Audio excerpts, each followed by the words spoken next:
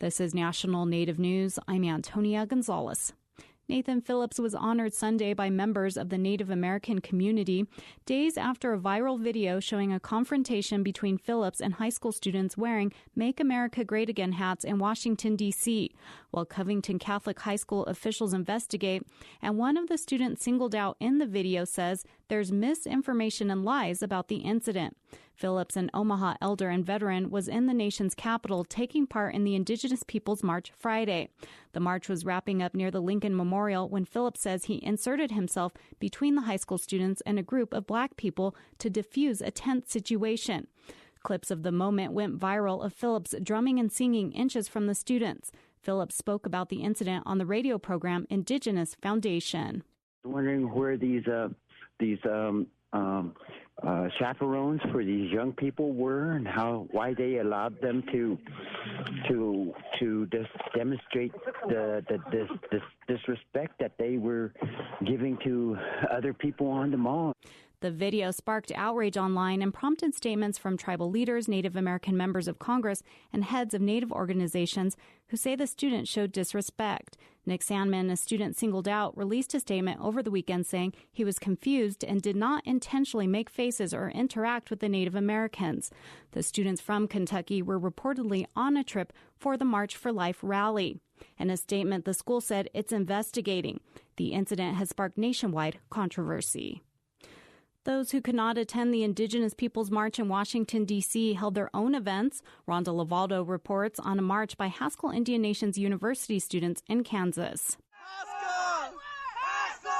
Haskell students wanted to raise awareness of issues facing Native Americans. That is why they marched to City Hall in downtown Lawrence.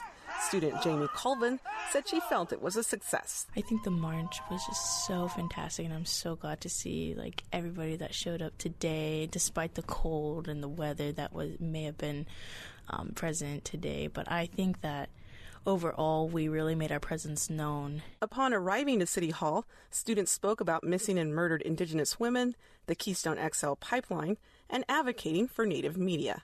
Indian Leader Editor Sean Parrish. We got to get our voice out, and we have to be heard.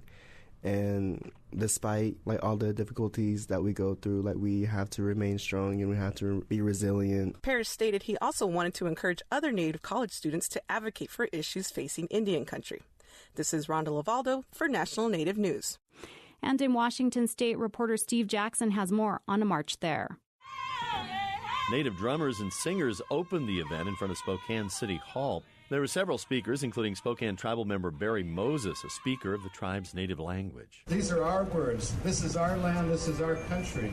And we look at the toxic political environment that we're in today, and it never ceases to amaze me.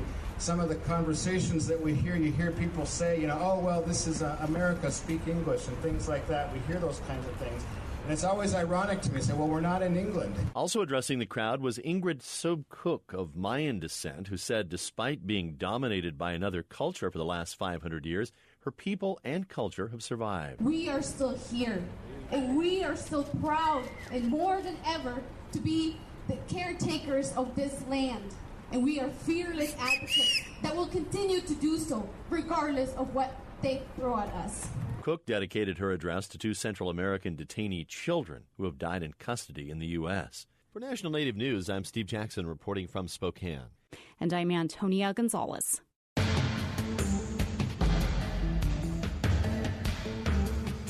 National Native News is produced at the Annenberg National Native Voice Studios by Kiwanis Broadcast Corporation. Funding is by Odawi Law Group, provider of Indian law solutions, and by the Corporation for Public Broadcasting, with support from the Public Radio Satellite System.